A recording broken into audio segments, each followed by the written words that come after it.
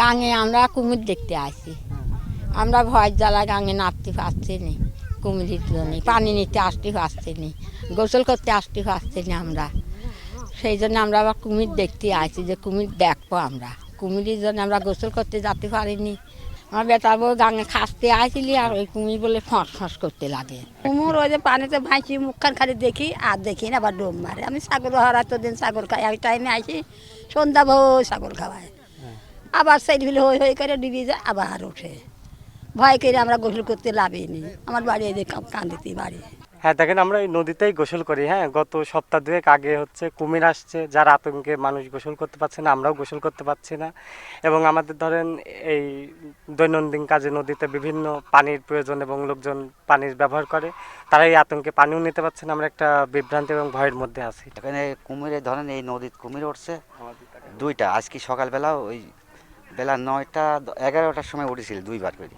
ওঠার পরে আমার ধরেন এখানে বহুত লোক গোসল মোসল করে, গোসল করতে পারছে না ভয়ে। আবার এই ধরেন পানি লাগে, পানিও নিতে পারছে না।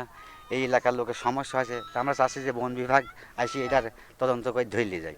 গড়াই নদীতে ভাটাপাড়ায় একটা কোল পড়ে, কোলের ভিতরে 3টা কুমির দেখা গেছে। এই কুমিরটা দীর্ঘদিন এর ভিতরে টুকটাক করে উঠছে, লোকজন আতঙ্কে আছে। নদীতে পানি গোসল কিছুই করতে পারছে না। বন বিভাগ যাতে এটা ধরার জন্য কোনো কিছু সহযোগিতা করে, এই জন্য আমরা সবাই জানাচ্ছি। আমি দেখলাম ধরেন ড্যাঙ্গার কোলে ওটি বড় কুমির শুয়ে লয়েছে। ওই ন্যাসটা হচ্ছে গুই সাপের মতো থাক থাক করা, বুঝতে পারলেন? একদম ড্যাঙ্গার কোলে ওঠে, পাড়ের কোলে শুয়ে আছে একটা। আর একটা এত বড় মাথা, এত বড় মাথা, পেটটা এইরকম। সেদিন কই জায়গা শুয়ে থাকতে দেখে শুক্রবারের দিনকে। তো এই প্রাণীটাকে ধরে রাখতে হলে অবশ্যই খাবারের প্রয়োজন, যেহেতু এখানে কোনো খাবার নেই। তো মিলন ভাই আসছেন, তিনি পাখি বিশেষজ্ঞ এবং তিনি জীববৈচিত্র্য নিয়ে কাজ করে। তো উনি খাবার হিসাবে হাঁস, মুরগি এবং ছাগল নিয়ে এসেছেন। তো অন্তত কুমিরগুলোকে বাঁচাতে হলে খাবার দেওয়ার প্রয়োজন। তারপর যদি বন বিভাগের কোনো কর্মকর্তারা এসে এই কুমিরটা উদ্ধার করতে সক্ষম হয়, আমার মনে হয় সবচেয়ে সেটা ভালো হয়। আমরা চাইবো যে বন বিভাগের কর্মকর্তা এসে এই কুমিরগুলো যেন উদ্ধার করে। কুমির আমরা দেখেছি, আমরা ধরুন প্রত্যেক দিনই, মানে একবার দুইবার দেখা যায়, প্রত্যেক দিনই আমরা দেখি। আমি নদীর কুলেই বাড়ি তো আমাদের, আমরা প্রত্যেক দিন আসি, এটা আমি আসি দেখা যায়। দেখতে পাচ্ছেন না, একটু অপেক্ষা করতে। কুমির তো ধরেন শিকারি কুমির না, নদীর কুমির কখন ওঠে কখন ইয়ে হয়, টাইম থাকে না। মানে কেউ চকি বাঁধে, কেউ চকি বাঁধে না, এরকমই। ধরেন আমাদের এখানে মা বোনরা গোসল করতে আসতো, এখন গোসল করতে পারছে না, মানে পানি নিতে পারছে না, কাপড় চোপড় খাঁচা না, এগুলো পারছে না। মানে মাথা ভাইসি ভাইসি থাকে, মাথা শুধু মাথা তোলে। সম্পূর্ণ কুমোরে আমার ম্যাক্সিমাম লোক দেখি নাই, কিন্তু অল্প কিছু লোক মানে সম্পূর্ণ কুমোরে আমরা দেখছি।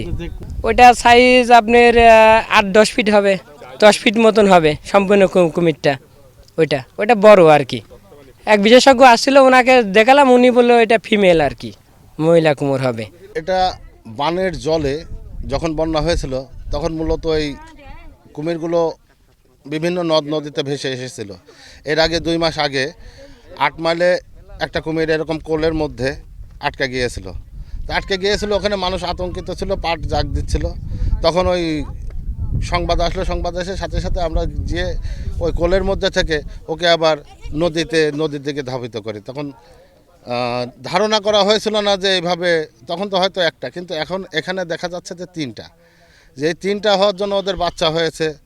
যে এই বাচ্চা, এরা তো যেহেতু হিংস্র, জলজ প্রাণী হিংস্র, তখন নদীতে পানি ছিল বলে দেখা যেত না। এখন নদীর পানিটা নিচে নামার জন্য, শুকিয়ে যাওয়ার জন্য, চারিদিকে চর পড়ার জন্য ওরা ধীরে ধীরে ধীরে ধীরে এমন হয়ে আসছে যে মানে জায়গার সংকট, যার জন্য ওদেরকে চোখে পড়ছে এবং সরতেও পারছে না। এখান থেকে সরলে যেখানে যাবে সেখানে আবার চর, যার জন্য এখানে আটকা পড়ে গিয়েছে। মোট কথা, যখন দেখা গিয়েছে তখন তো অসম্ভব কিছু না, আসতে পারে, বানের জলে তো আসতে পারে। এখানে যেরকম রাসেল ভাই পারে, এই জায়গাটায় এই ভারত থেকেই পানি এসে কিন্তু এইভাবে এই চর থেকে উঠেছে। এটা যেহেতু নদীর প্রাণী, ওকে তো নদীতেই বসবাস করতে হবে, ওকে তো এখান থেকে সরানো যাবে না। ও যাতে আকৃষ্ট হয় সেই জিনিসগুলো দিয়ে আমি ওকে আকৃষ্ট করার জন্য চেষ্টা করছি, যেহেতু আর কেউ জানে মানে ক্ষতি করতে না পারে। ওর দ্বারাও মানুষের ক্ষতি যেন না হয়, মানুষের দ্বারাও ওর যেন ক্ষতি না হয়। আর এখানে যে জায়গা আছে, এই জায়গাটাতে কোনো খাদ্য নেই, ও না খেয়ে মারা যাবে, অথবা কোনো মানুষকে কোনোভাবে পেলে তখন আক্রমণ করবে। এ হচ্ছে মূল। যেহেতু এখানে যেটুকু কোল, এখানে পানি থাকলে 8 থেকে 10 ফিট পানি, এখান থেকে জিনিসটা সরাতে পারলে ভালো হয়। যেহেতু মানুষ আতঙ্কিত, এখানে মানুষ আতঙ্কিত হয়ে আছে, কোনো মানুষ নদীতে নামতে পারছে না। যে যদি সেইভাবে একে ধরার ব্যবস্থা করে, যদি করে নিরাপদ তেমন জায়গা থাকে, তাহলে সেখানে একে অবমুক্ত করে দিলে এই প্রাণীটা বেঁচে গেল।